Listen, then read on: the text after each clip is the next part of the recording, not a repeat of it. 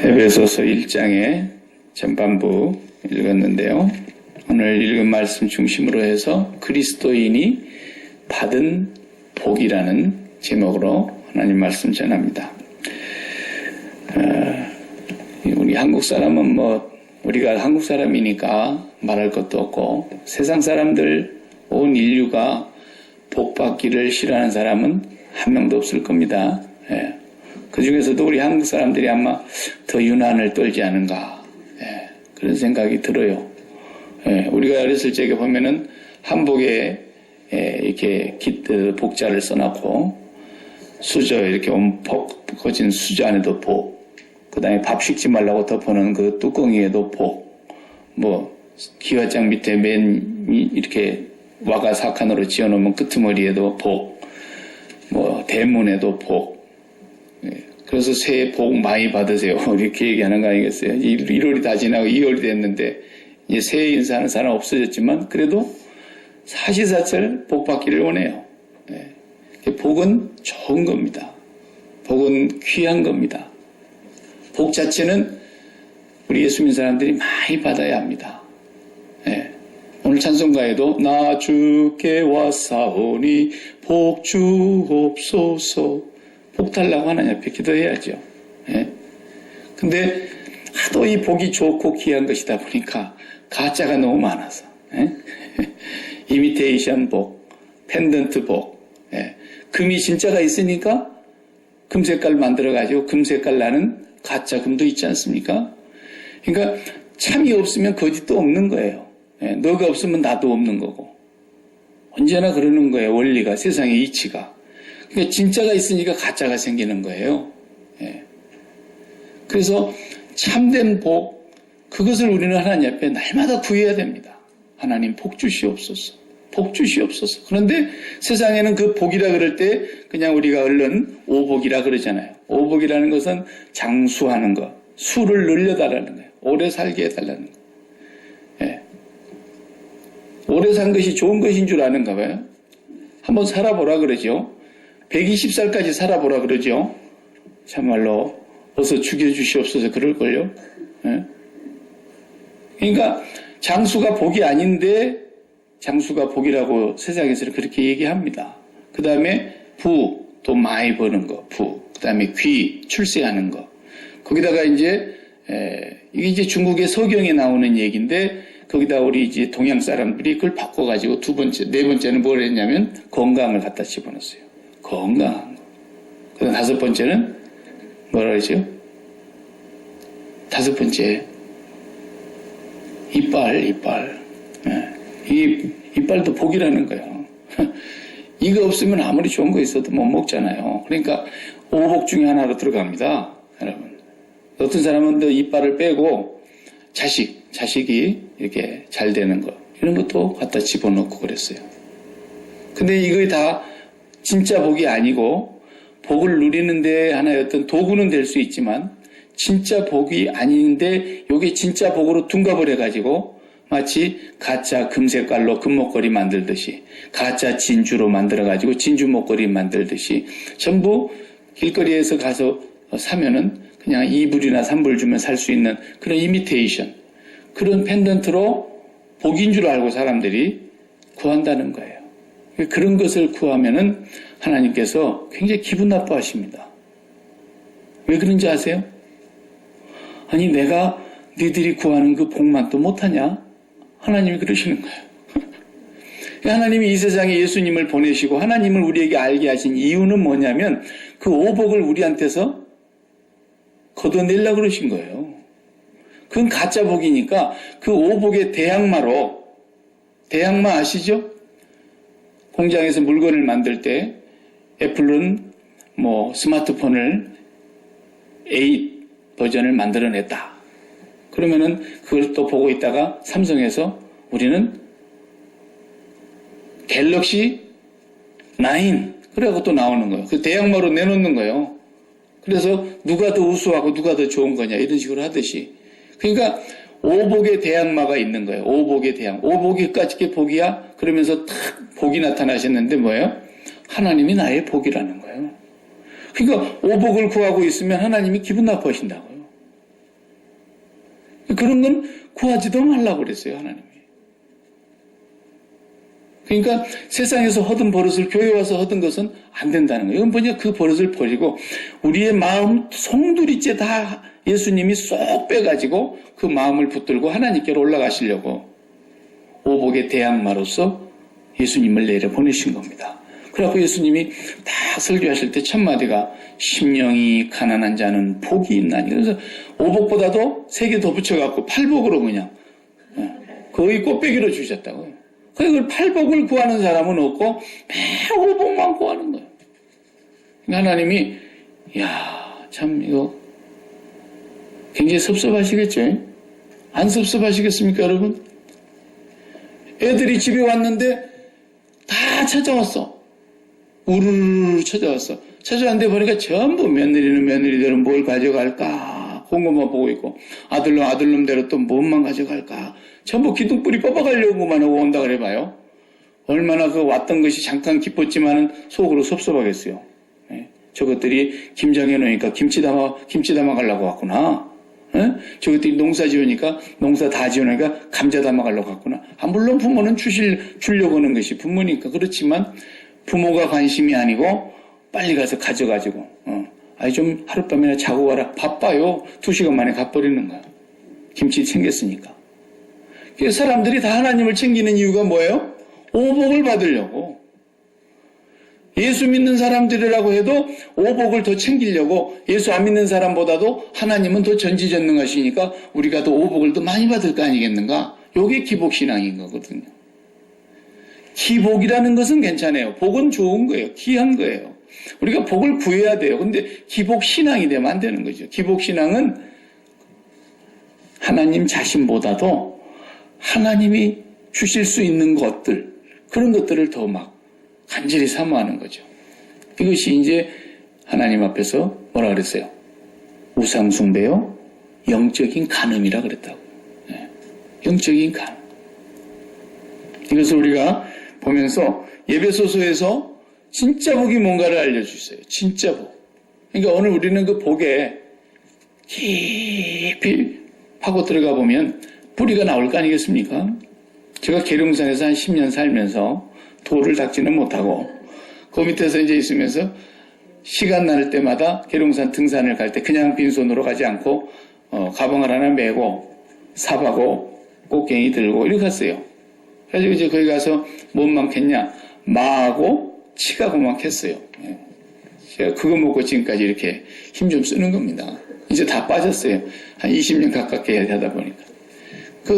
치기는 그 보통 일이 아니에요. 거기가 명산이라 그래가지고 그 무당하는 사람들은 그쪽으로 다 몰려오지 않습니까? 그 영빨이 받는 산이라 그래가지고 북한은 묘양산이고 남쪽은 지리산, 그 다음에 계룡산이거든요. 그러니까 이제 계룡산에 와가지고 사람들이 막 도땅이라고 막 했는데 거기 사람이 아무도 안 들어가니까 칡이 수십 년 커가지고 사람 몸뚱아리만씩 해요. 전봇대만씩 굵어요. 그걸 처음부터 끝까지 캐려 그러면은 한나절은 캐야 끝이 보입니다. 이쪽 끝에서 저 끝까지 그걸 캤어요. 그러면 이제 오늘 복했어. 그러고는 내려와가지고 그 치우러 가지고 뭐 물도 해먹고 차도 해먹고 그랬습니다. 이제 오늘 우리는 치가 못 캐도 복을 한번 캐봐야 돼요. 그 복을 뿌리를 막 캐놓고 오면 하나님이 진짜 복을 주셨구나. 이걸 이제 우리가 알게 되고 오복을 보면서 사도 바울처럼 어휴 배설물 이렇게 되는 거예요. 사도 바울이 그렇지 않습니까? 자기도 그 오복을 갖고 있었던 사람이었는데 예수 믿고는 오복은 싹 달아났고 장수했습니까? 한 40대에 목뚝 댕강 나갔어요. 그리고 뭐 건강했습니까?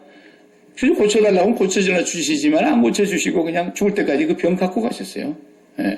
언제 고쳐줬어요? 죽는 날 고쳐줬습니다. 그것도 고친 건 고친 거지. 왜? 이제 병이 없는 곳에 갔으니까. 그분은 뭐 자식이 없었으니까, 결혼도 안 했으니까, 뭐 자식을 출세시키는 일은 없었을 것이고, 뭐 이빨이 좋았는지 그건 모르겠습니다만. 바울 사도는 오복하고 아무 상관이 없었어요.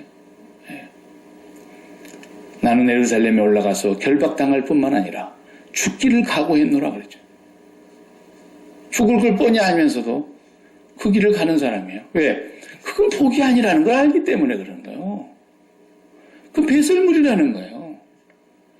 우리가 그런 정도까지 믿음이 들어가야 되지 않겠습니까? 예. 그래서 세상 사람들 앞에 우리가 만물을 진짜 발 아래 떠 밟고 다니는 거지. 예. 다들 돈을 쳐다보고 침을 질질 흘리는데 돈이 막 기분 좋은 거야. 야, 이것들 봐라. 나만 보면 다 고개를 굽실굽실하고 양심도 다 팔아먹고 생면부지의 사람도 돈만 사다주면 안 되는 일도 되게 해주고 막 이러는 거예요. 이야, 돈이 얼마나 자존심이 강합니까? 근데 아무도 돈 앞에서 침 뱉는 사람이 없는데 딱 한 사람만 있는 거예요. 누군가 봤더니 야, 그냥 소망교회 다니는 인생들은 어떻게 돈을 돌보듯이 한단 말이에요. 그 돈이 기분 나쁜 거예요. 네. 이것이 사도 바울이 우리에게 보여준 거거든요. 저 배설물이다, 저거는. 네. 그러니까 진짜 복을 알고 나니까 오복이 복이 아니더라는 것을 딱 알게 된 거죠. 네. 그래서 사도 바울이 옥중에서 쓴 겁니다. 이거 에베소서, 빌립보서, 골로새서, 빌레몬서 네 권은 옥중에서 썼어요. 그리고 또 옥중에서 쓴 게 다른 게 있는데 디모데전서, 디모데후서 이것도 다 옥중에서 썼지만 그건 2차 투옥 때 쓴 거예요. 그러나 그건 옥중서신이라고 하지 않고 목회서신이라고 그러죠. 목회자에게 썼다 그래서. 네. 그러나 옥중서신 1차 투옥 때였을 때에 바울이 로마에서 에베소를 향해서 에베소 교회는 바울이 전도했던 교회 아닙니까? 거기서 2년 3개월 동안 머물러 있으면서 그 성이 얼마나 우상이 창대했는지 7대 불가사의 중에 하나인 아데미 여신상이 거기 있었잖아요. 아데미 여신상. 그럼 풍요를 갖다 주고 부를 가져다 주고 부귀영화를 준다는 신이거든요. 그래서 그 아데미 신이 엄청나게 높은 우상으로 세워놓고 그 신전 자체가 축구장 경기장보다 더 커요. 세계 7대 불가사예요. 유방이 12개가 달려있어요. 이 앞에가. 아데미 신이 우상 신이. 그래서 많은 자식을 낳고 풍요롭고 번성한다는 그런 복을 준다는 신이란 말이에요. 그 아데미 여신은 에베소에서 최고의 신이었고 그 신을 만들어가지고 팔아먹는 사람이 있었잖아요. 데메드리오라는 사람. 그 데메드리오라는 사람은 은장색이었다 그랬잖아요. 그래서 구리장색이, 은장색이 이게 그걸 팔아먹고 있었는데 바울이 가서 에베소서 막 전도를 하니까 사람들이 전부 다 예수를 믿기 시작하니까 사업이 안 되는 거야 이게. 아데미 신을 만들어서 파는 사람들이. 그래가지고 전부 노동조합이 모여가지고 어떻게 합니까? 막 바울을 잡아다가 죽이려고 그러잖아요. 그 바울을 찾다가 제자들이 못 나가게 바울을 붙들으니까 바울하고 같이 있었던 사람들을 끌고 가가지고 얼마나 죽도록 패고 그랬어요. 사도행전에 보면 그거 나오잖아요. 에베소 교회가 그렇게 세워진 겁니다. 그런데 이제 로마로 가버렸기 때문에 에베소는 다시 만날 길이 없어요. 3차 전도 여행을 고린도에서 끝나고 예루살렘으로 올라가는 길목에서 에베소를 들리고 싶어도 시간이 없어서 못 들려요. 그래서 밀레도라고 하는 항구에서 에베소 교회 장로님들을 급히 오라 그래가지고 그 장로님들을 모아놓고 마지막 설교하는 게 사도행전 20장입니다. 그리고는 로마로 가버렸기 때문에 이제는 다시 못 볼 것이라고 하니까 막 울면서 기도했잖아요. 네. 그리고 헤어졌죠. 로마의 옥중에 가서 있었는데 에베소 교회가 걱정이 되는 거예요. 그러니까 에베소 교회를 향해서 편지를 썼어요. 그때가 주후 61년에서 62년경이라고 대략 추산을 하는데 그때 보낸 이 에베소 교회의 성도들에게 옥중에서 복을 얘기하고 있는 거예요. 복 받는 사람이 복을 얘기를 해야 된다면 세상적으로는 바울이 지금 복 받은 상태가 아니지 않습니까? 감옥의 잉여의 몸이 돼가지고 묶여있는 사람이 무슨 남한테 복 얘기를 합니까? 근데 진짜 복 얘기를 하는 거예요. 그런 에베소서가 얼마나 놀랍습니까? 에베소서는 전반적으로 보면 교회에 대해서 쓴 책이거든요. 교회론이 가장 잘 나타나 있는 서신인데 그 교회는 뭐냐? 진짜 복 받은 사람들이 모인 곳이 교회라는 거예요. 그러니까 진짜 복받은 사람들, 그 교인들은 어떤 삶을 살아가느냐를 에베소 교회에 지금 쓰고 있는 거예요. 먼저 복부터도 우리가 한번 보자는 거죠.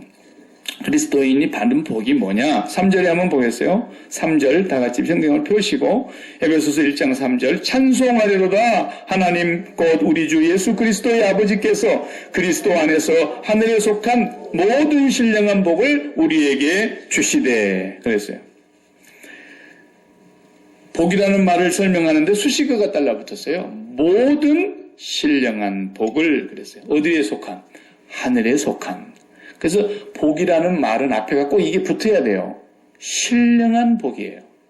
그냥 복이 아니에요, 복은.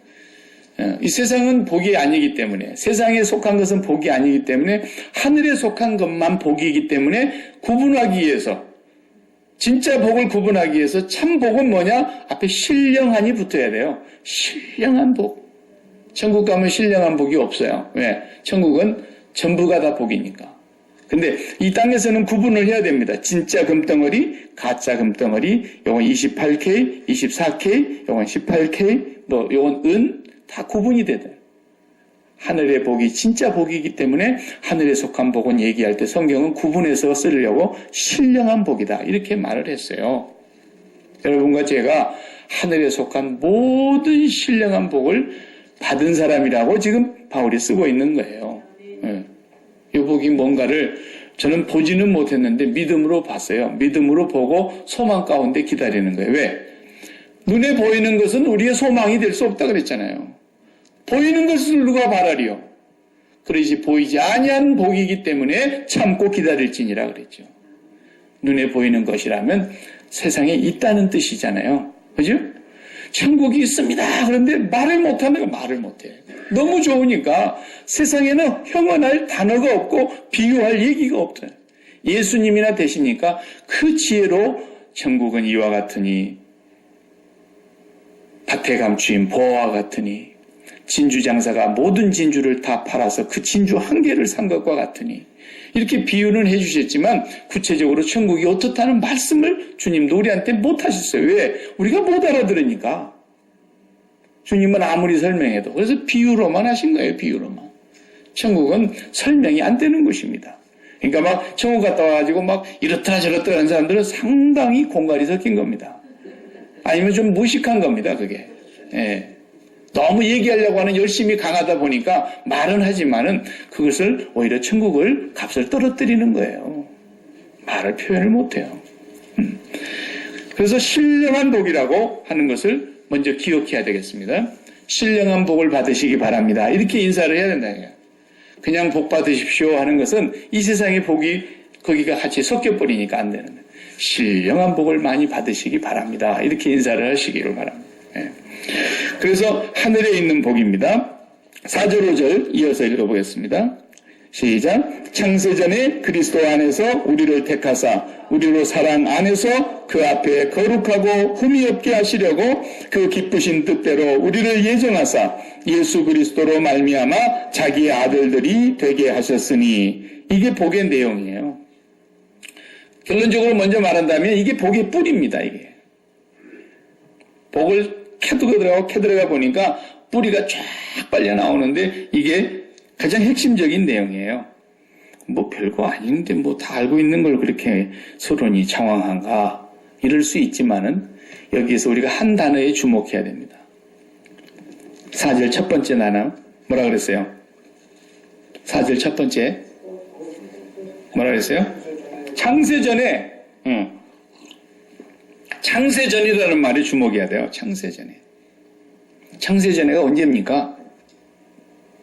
시간을 따지면은 창세전에는 언제예요? 시간 이전에 그 말이잖아요. 그죠? 하나님이 세상을 창조하시고 넷째 날은 하늘의 해와 달과 별을 만드셨고 1월 성신을 만드신 날인데 그렇기 때문에 시간이 그때 생긴 거예요. 하나님 창조하실 때. 그러니까 창세 전에 그랬으니까 세상 창조가 되기 전에 그 말 아닙니까? 세상 창세 전에 그럼 누구만 계셨어요? 하나님을 수종두는 천사들하고 성삼위 하나님만 계신 거예요. 그리고 천국이 있었던 거죠. 하나님이 계신 그 세계가 있었던 거죠. 우리가 눈으로 볼 수 없는 세계지만 그걸 4차원의 세계라고 합시다. 그 세계가 있었던 거죠. 그리고 지구가 없고 별도 없고 우주도 없고 세상 만물이 하나도 지은 바 되기 전에 그 말이니까 아니 그때는 뭔 영광이 있었길래 창세전에 그랬을까? 여기에 우리 이 단어에 주목을 해야 한단 말이에요.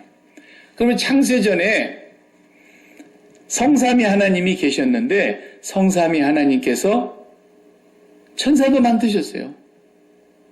천사의 세계는 하나님의 세계에서 하나님의 심부름꾼들이고 수종 드는 사람들이고 그 성도들을 보호하라고 나중에 하나님이 임무를 주시면 하나님의 성도들을 섬기라고 하나님이 부리시는 영이다 이 말이에요. 예. 우리가 부리는 영이 아니에요. 이걸 혼돈하면 안 돼. 예. 우리가 부리는 영이 아니에요. 우리는 천사를 부릴 수 없어요. 하나님이 부리시는 거예요. 교회를 지켜라. 누구를 붙들어라. 네 명령 이걸 가지고 마리아에게 갔다 오너라. 이걸 가지고 네가 가브리엘 천사장을 보내면서 네가 가서 사가랴를 만나고 와라. 이렇게 아브라함을 만나고 와라. 전부 하나님이 부리는 종들이에요. 사람은 천사를 절대로 부리는 것은 큰 착각이에요. 그래서 이단이 된 사람이 있어요. 우리 한국에서. 그건 조금 과하게 얘기하다 그런 것이죠. 그래서 하나님이 천사들도 만들기 전에는 성삼위 하나님만 계신 거예요. 창세전에. 그래서 하나님이 예수 그리스도 안에 계시고 예수 그리스도께서는 성부 하나님 안에 계시고 성령을 통해서 하나가 되신 분이세요. 하나로 계신 분이세요. 그러니까 그 신비한 하나님의 존재는 우리가 다 설명할 수도 없고 이해할 수도 없고 표현할 길은 없지만 성경을 보면은 분명히 성부 아버지가 계시고 성부 아버지가 갑자기 성자 예수님으로 돌변하는 게 아니에요. 아버지는 아버지대로 계시고 성자 독생성자 예수님이 계시고 그다음에 성령님 보혜사 성령님이 또 계시고 이래 돼 있어요. 성경에는. 그 성삼위 하나님이 창세전에 계셨다 이거예요. 그런데 어떤 모습으로 계셨느냐? 아버지가 예수님 안에 예수님이 아버지 안에 아버지가 내 안에 내가 아버지 안에 예수님 그랬잖아요. 그것이 존재하는 방식인데 성령님을 통해서 그렇게 존재하셨단 말이죠.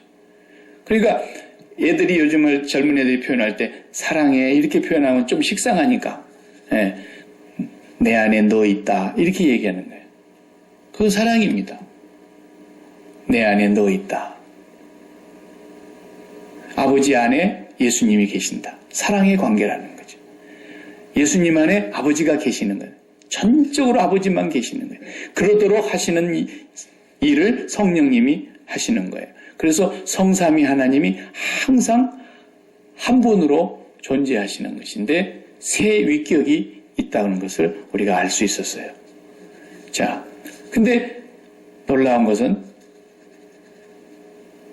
요한복음 5장을 한번 잠깐 요한복음 에베소도 덮지 마시고 요한복음 5장을 잠깐 여러분이 펴셔서 거기를 읽어보셔야 이 말이 무슨 말인지 좀 이해가 더 됩니다. 자, 요한복음 5장 41절을 한번 보겠습니다. 요한복음 5장 41절. 나는 사람에게서 영광을 취하지 아니하노라 그랬어요. 영광이라는 것을 지금 설명하시는 거예요. 영광을 사람에게서 취하지 않는다. 예수님이 하신 말씀이세요. 유대인들에게 42절에 다만 하나님을 사랑하는 것이 너희 속에 없음을 알았노라. 유대인들 마음속에 하나님을 사랑하는 마음이 없었다니. 그렇게 제사를 많이 드리고 그렇게 기도를 많이 하고 그렇게 바리새인들, 서기관들, 율법학자들이 성경을 많이 알고 있는데 예수님이 그들의 안을 보실 때에는 하나님을 사랑하는 마음이 전혀 없구나. 그걸 뭘로 알 수 있었어요? 하늘로부터 오는 영광을 취하지 아니하고 사람으로부터 오는 영광을 취하더라는 거예요. 사람들을 다 보니까. 하늘로부터 오는 영광을 구하지 않더라. 그 다음에 44절을 보세요. 44절 너희가 서로 영광을 취하고 유일하신 하나님께로부터 오는 영광은 구하지 아니하니 어찌 나를 믿을 수 있느냐 이렇게 말했어요. 굉장히 중요한 말씀이세요. 예수님을 믿는다는 말을 뒤집으면 이런 뜻이라는 거예요. 예수님을 믿는다. 그건 뭐예요? 하나님으로부터 오는 영광을 취하려고 욕심을 내는 거예요. 저 위로부터 오는 영광을 최고의 영광으로 알고 살아가는 사람이 예수 믿는 사람인데 유대인들을 보니까 그들은 사람으로부터 영광을 취하려고 그러고 있더라는 거예요. 그리고 하나님을 사랑하는 마음이 그 속에 아예 없더라는 거예요. 그러나 예수님은 사람으로부터 나는 영광을 취하지 아니하노라 이랬어요. 그러면서 다시 요한복음 17장으로 잠깐 넘어가 보세요. 요한복음 17장이세요. 요한복음 17장 중요합니다. 이것은 예수님이 한 장 내내 기도문만 그 안에 기록이 되어 있는데 3절부터서 기도한 내용인데 요한복음 17장 3절을 먼저 한번 읽어보겠어요. 영생은 곧 유일하신 참 하나님과 그의 보내신 바 예수 그리스도를 아는 것입니다. 이게 중요한 거예요. 안다는 말, 여기 사랑한다는 말인데 영생이라는 게 뭐냐? 죽어서 천당 가는 거 이런 게 아니에요. 영생은 유일하신 참 하나님과 그의 보내신 자 예수 그리스도를 아는 것이에요. 참 하나님을 알고 참 예수 그리스도를 아는 것을 영생이라 그랬어요. 그런데 17장 5절을 보세요. 아버지여, 창세 전에 말 또 하나 나왔죠? 우리 에베소에서 본 건데 창세 전에 내가 아버지와 함께 가졌던 영화로서 지금도 아버지와 함께 나를 영화롭게 하옵소서. 창세 전에 하나님과 예수 그리스도와의 관계가 어떤 관계였다는 거예요? 영광스러운 관계라는 거예요. 예수님께는 하나님 아버지가 영광스럽고 하나님 아버지께는 예수 그리스도가 영광스럽고 창세 전에 하나님이 존재하시는 그 모습은 서로가 서로에게 그렇게 영광스럽고 영화로운 모습이었다는 거예요. 22절을 또 넘어가서 봐요. 17장 22절. 기도하는데 뭐라고 기도하시냐? 예수님이 십자가를 앞에 두고 마지막 대제사장으로서의 기도인데 22절에 내게 주신 영광을 내가 그들에게 주었사오니 이는 우리가 하나 된 것 같이 그들도 하나가 되려 하려 함이니이다. 하나님 아버지가 내게 주신 영광을 내가 나를 따르는 자들에게도 주었습니다. 그랬어요. 예수님이 기도할 때. 내게 주신 영광을 내가 그들에게도 주었사오니 왜 주었느냐? 하나님 아버지와 내가 하나인 것처럼 저들도 우리와 하나가 되게 하려고 그렇게 한 것입니다. 하나님의 영광을 주신 거예요. 우리에게. 그래서 그 영광을 통해서 우리가 예수님과 하나 되고 하나님과 하나 되는 그 영광을 지금 기도하고 있는 거예요. 24절을 또 읽어보세요. 17장 24절. 아버지여 내게 주신 자도 나 있는 곳에 나와 함께 있어 아버지께서 창세 전부터 나를 사랑하심으로 내게 주신 나의 영광을 그들로 보게 하시기를 원하옵나이다. 24절 기도가 클라이막스예요. 기도 중에 최고의 클라이막스예요. 다시 한번 읽어봐요. 아버지여 내게 주신 자도 나 있는 곳에 나와 함께 있어. 그 말은 교회를 내게 주신 자라 그랬어요. 아버지여 교회가 나 있는 곳에 나와 함께 있어. 아버지께서 창세 전부터 나를 사랑하심으로 내게 주신 나의 영광을 그들로 보게 하시기를 원하옵나이다. 교회가 그분의 영광을 보기를 원한다는 거예요. 창세 전에 이 세상 만물이 지어지기 전에 아버지와 예수 그리스도께서 영광 가운데 계셨는데 아버지가 예수 그리스도의 영광이 되고 예수 그리스도는 아버지의 영광이 되고 이렇게 찬란한 영화로우신 분인데 그 영광을 이제 저희에게 주셔서 돌아가실 분이 영광을 챙기는 거예요. 지금 돌아가실 분이 뭘 챙기는 게 없잖아요. 본래 유산이나 남기고 갈까. 돌아가신 분이 뭘 챙겨요? 네. 챙길 게 없잖아요. 돌아가신 분은 그냥 잘 죽으면 되는 거죠. 근데 돌아가실 분인데 십자가를 지금 바로 목전에 두고 마지막 대제사장으로서 기도를 하는데 기도의 내용이 뭐냐? 아버지께서 내게 주신 영광을 그들에게도 주었습니다. 왜냐하면 아버지와 내가 하나인 것처럼 그들도 우리와 하나가 되어야 되기 때문에 그렇습니다. 그리고 아버지께서 내게 주신 그 영광을 교회에 주신 그 영광으로 내가 주었습니다.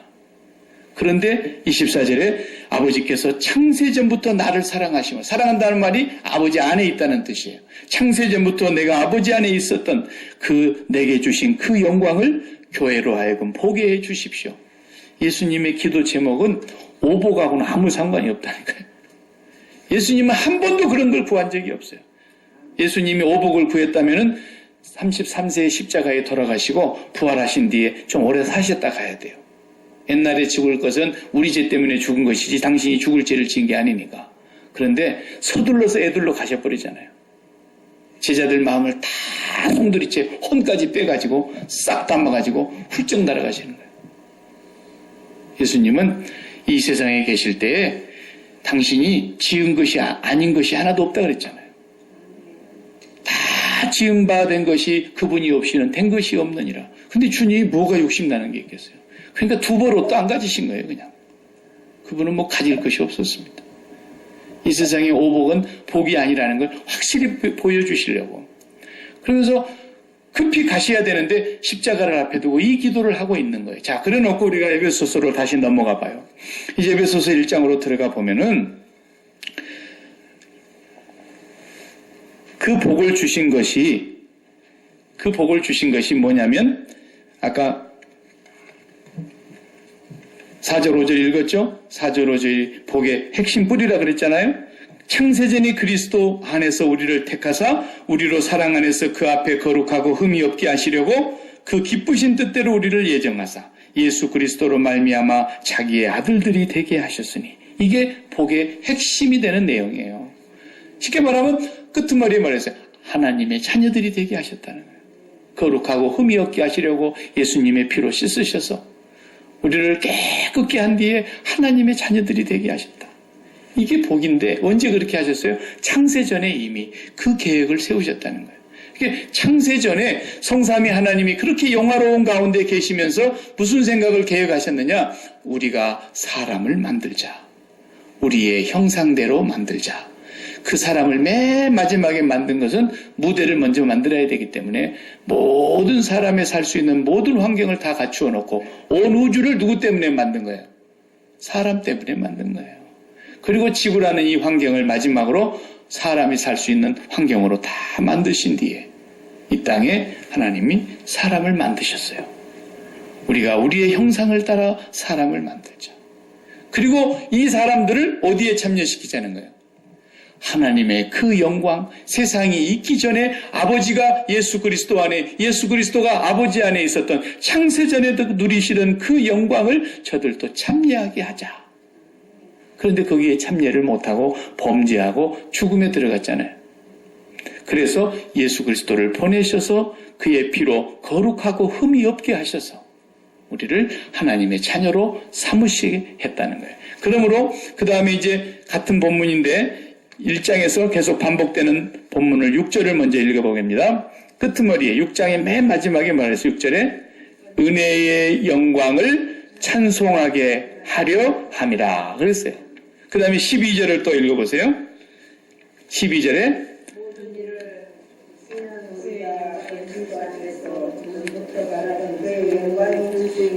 그의 영광에 찬송이 되게 하려 하심이라. 그 다음 14절 또 마지막 부분을 읽어보세요.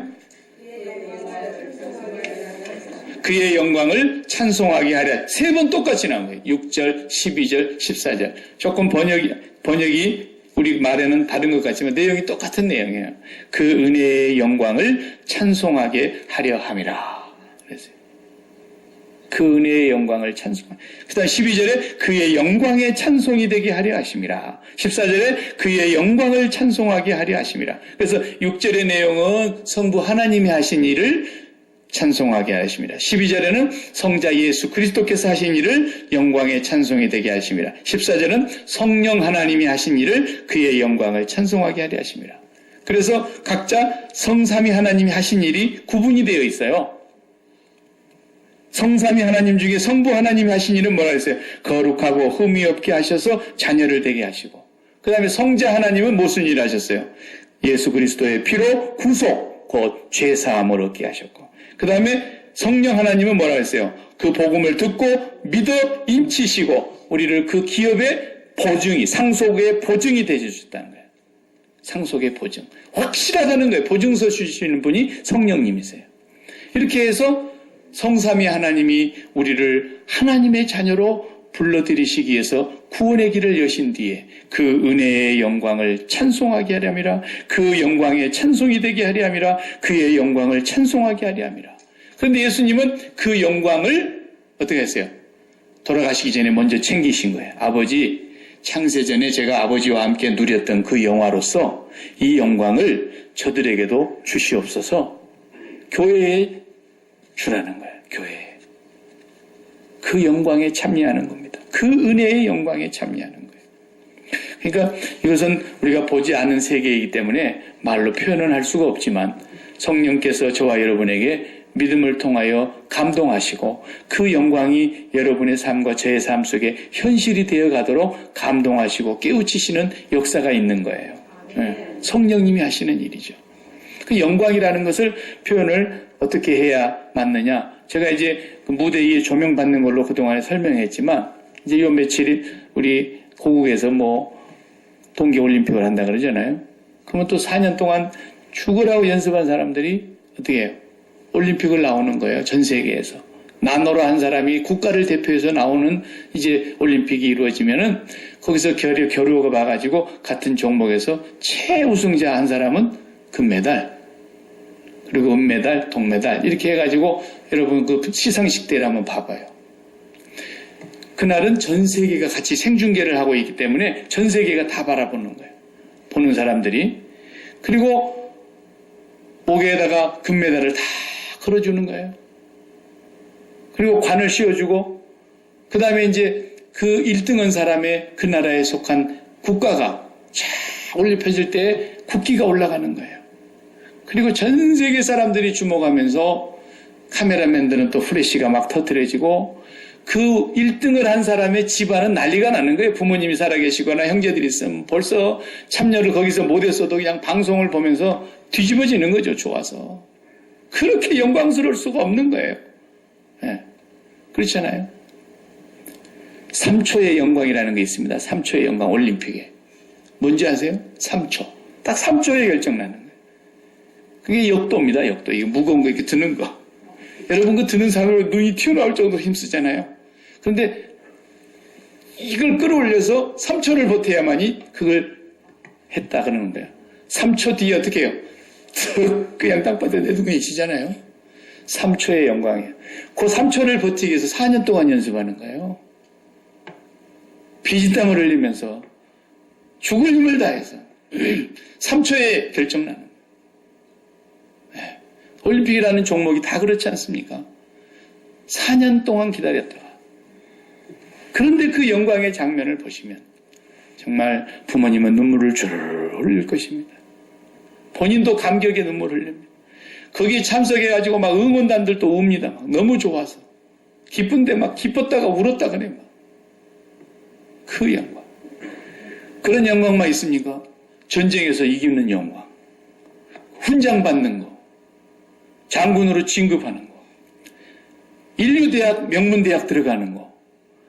겨우 꼴찌로 간당간당 들어가가지고 어떤 사람이 등록을 안 하는 바람에 한 사람 더 들어갈 기회가 있어서 꼴찌로 들어간 사람이 졸업할 때 1등으로 나오면 수석 졸업했다 그러면 그 영광은 보통 영광이 아닙니다. 꼴찌로 들어갈 때는 좀 창피했죠.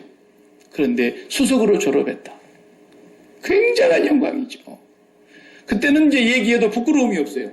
아무개가 오늘 수석 영광으로 영예의 대상을 받았는데 대통령상을 받았습니다. 그런데 사실 이 아무개 씨는 우리 학교에 들어올 때 꼴찌로 들어왔습니다. 그래도 부끄럽지가 않아요. 왜? 영광이 너무 크니까. 그런 게 영광인 거예요. 거기다가 얼마나 많은 사람들이 또 부러움의 박수를 보냅니까? 격려의 박수와 축하의 박수를 보냅니다. 근데요, 세상 영광은 어떤 영광이라고 해도 제가 설명을 다 못하겠지만 세상 영광은 한 가지 공통점이 있습니다. 그게 뭐냐면 함께 즐거워해 줄 사람이 있어야만 되는 거예요. 봐주는 사람이 있어야 돼. 봐주는 사람이. 금메달을 땄어. 아무도 봐주는 사람이 없어요. 뭐가 그게 금메달이에요? 아무것도 아닌 거예요. 근데 전 세계가 봐주기 때문에 제일 큰 거예요. 그게.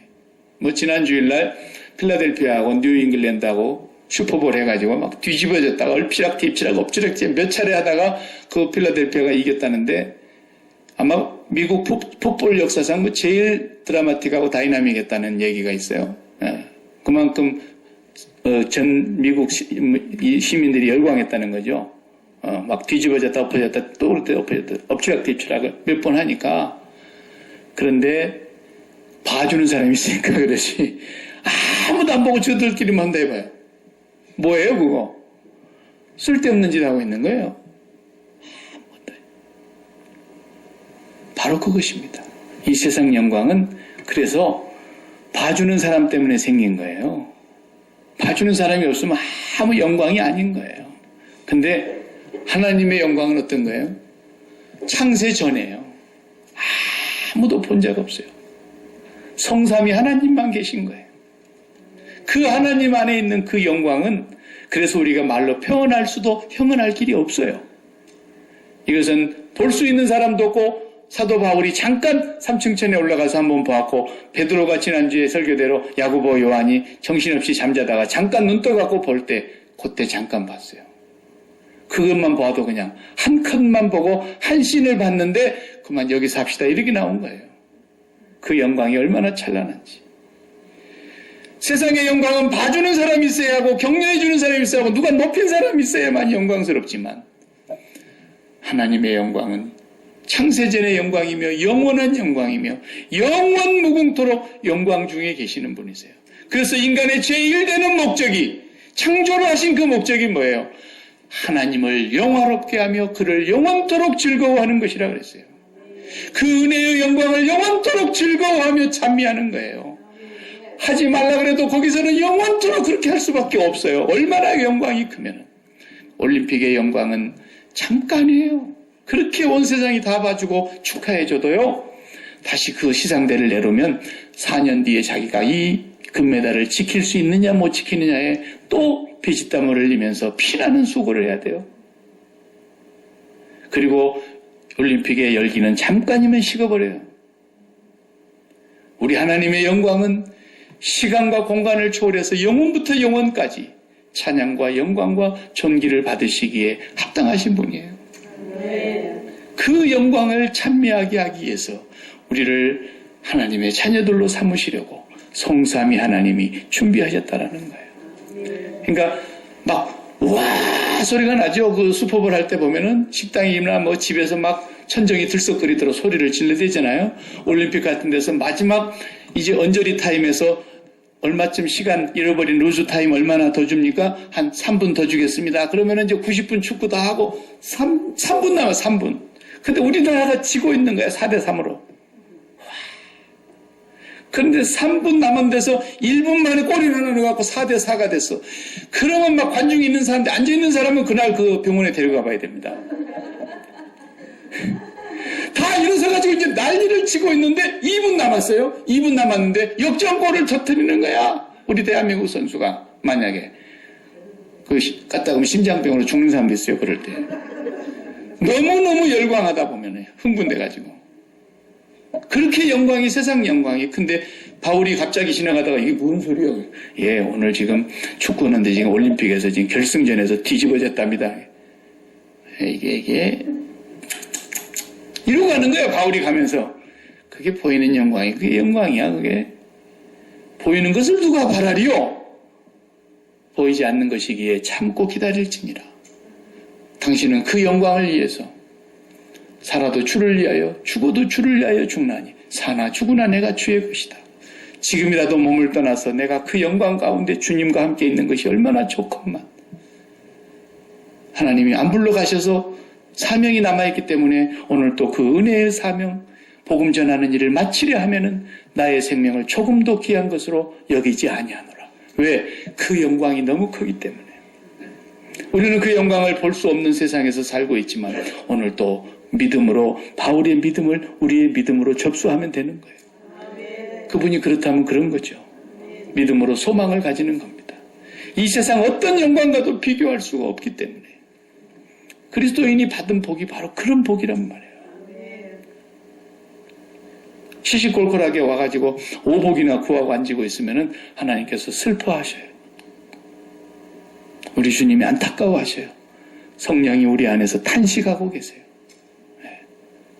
오늘도 우리는 그 영광의 은혜의 영광에 우리 주님이 십자가를 바로 앞에 두고 대제사장으로서 마지막 기도를 요한복음 17장에서 했던 그 기도가 우리에게 이루어지기를 간절히 기도하시면서 십자가를 지셨어요. 아버지여, 창세전에 아버지가 나와 함께 누리던 그 영광, 그 영광을 그들에게도 주시옵소서. 주님은 그 기도를 계속하고 가시는 거예요. 내가 이제 가니까 이 사람들 배 안 골고 잘 먹고 잘 살게 해주시오. 이런 기도를 안 하셨다 이 말이에요. 오늘도 우리는 믿음으로 그 영광을 바라보며 오늘도 그리스도인이 받은 복에 겨워서 그 믿음으로 바라보는 그 소망 가운데 바라보는 그 복에 겨워서 날마다 그 복으로 세상 사람들 앞에서 항상 기뻐할 수 있어야 하고 범사에 감사할 수 있어야 하고 세상의 어떤 것 앞에서도 사도 바울처럼 당당하게 믿음으로 말해야 되는 거예요. 왕이여, 내가 오늘 이렇게 묶여있는 것은 내가 잘못도 없지만 묶여왔고 내 동족이 나를 고발하고 시기해서 질투해서 나를 이렇게 억울하게 죄를 뒤집어 씌웠지만 내가 묶인 것을 빼놓고는 왕이 나와 같기를 바라나이다. 얼마나 멋있습니까? 예. 그런 영광을 가진 사람이기 때문에 그렇게 당당하게 말할 수 있는 거죠. 나의 달려갈 길과 주 예수께 받은 사명, 그것을 나는 이제 다 마쳤으니 나의 달려갈 길을 마쳤고 믿음을 지켰고 선한 싸움에서 나는 승리했다. 이제 의의 면류관이 나에게 예비되어 있고 나에게만이 아니라 그분의 나타나심을 사모하는 모든 자에게 준비되어 있다. 그 영광을 우리는 인간으로서는 표현할 길은 없지만 그 영광을 바라다 볼 때에 세상을 우리는 넉넉하게 마음의 여유를 갖고 살 수 있는 거죠. 이것이 저와 여러분이 받은 상급입니다. 기도하십시다. 하나님 감사합니다. 오늘도 우리가 이 세상을 살지만, 그리고 비록 우리가 육체를 가졌는지라 땅에 몸을 붙이고 살지만 우리의 마음은 주님의 십자가를 통해서 주님과 연합되게 하셨고, 주님의 부활을 통해서 주님과 연합되게 하셨고, 주님의 승천을 통하여 하늘 보좌에 우리를 안진받게 하셨고, 아버지 하나님께서 창세전에 예수 그리스도께 주신 그 영광을 우리에게도 주사 누리게 하시고, 그 은혜의 영광을 찬미하며 그 영광의 보좌에 우리가 나아갈 수 있는 은혜를 주신 것을 감사합니다. 믿음으로 마음 눈을 열어주시어서 하나님께서 우리에게 예배해 놓으신 그 풍성함이 얼마나 무궁한 것인가를 알게 하여 주시옵소서. 날마다 우리가 이 세상을 살면서 세상에 눈에 보이고 잠깐 순간적인 것들에 우리의 마음이 빼앗기지 않도록 주의 성령께서 우리 마음을 지켜주시옵시고, 하나님 아버지께서 주시는 그 영광의 기업의 보증이 되어 주시는 성령으로 말미암아 우리가 이 세상에서 늘 기뻐하며 감사하며 영광을 하나님께 돌리며 영원토록 아버지를 즐거워하며 살아가는 귀한 자녀들 되게 하여 주옵소서. 예수님 이름으로 기도하옵나이다. 아멘.